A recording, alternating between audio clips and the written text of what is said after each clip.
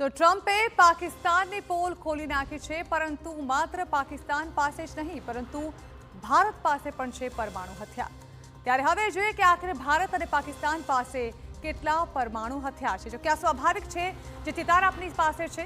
ભારત પાસે એક તો 172 પરમાણુ હથિયાર છે, જ્યારે કે પાકિસ્તાન પાસે તેનાથી ઓછા એટલે કે 170 જે પરમાણુ હથિયારો છે। થોડા ઘણા ફરક ચોક્કસથી છે, પરંતુ ભારત પરમાણુ હથિયારોમાં પણ પાકિસ્તાન કરતાં આગળ છે। અને હવે જોઈએ કે આખરે કોની પાસે કેટલા બોમ્બ છે।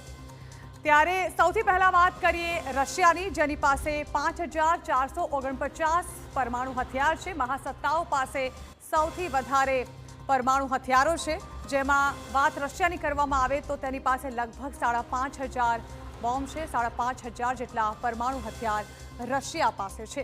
ટ્રમ્પે ધડાકો કર્યા બાદ હવે ચીન, રશિયા અને અમેરિકા તમામના પરમાણુ હથિયારોનો આંકડો સામે આવી રહ્યો છે। વાત કરવામાં આવે મહાસત્તા અમેરિકાની, તો તેની પાસે રશિયા કરતાં થોડા ઓછા એટલે કે 5277 પરમાણુ હથિયાર છે।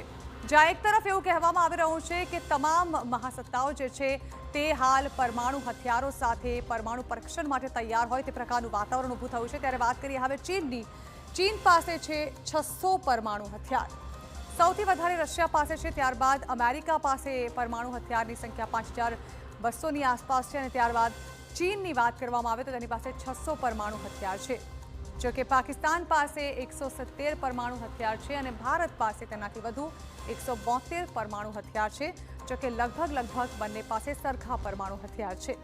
વાત કરવામાં આવે નોર્થ કોરિયાની, તો સૌથી ડેન્જરસ, જેમાં 50 જેટલા પરમાણુ હથિયાર તેની પાસે પણ છે।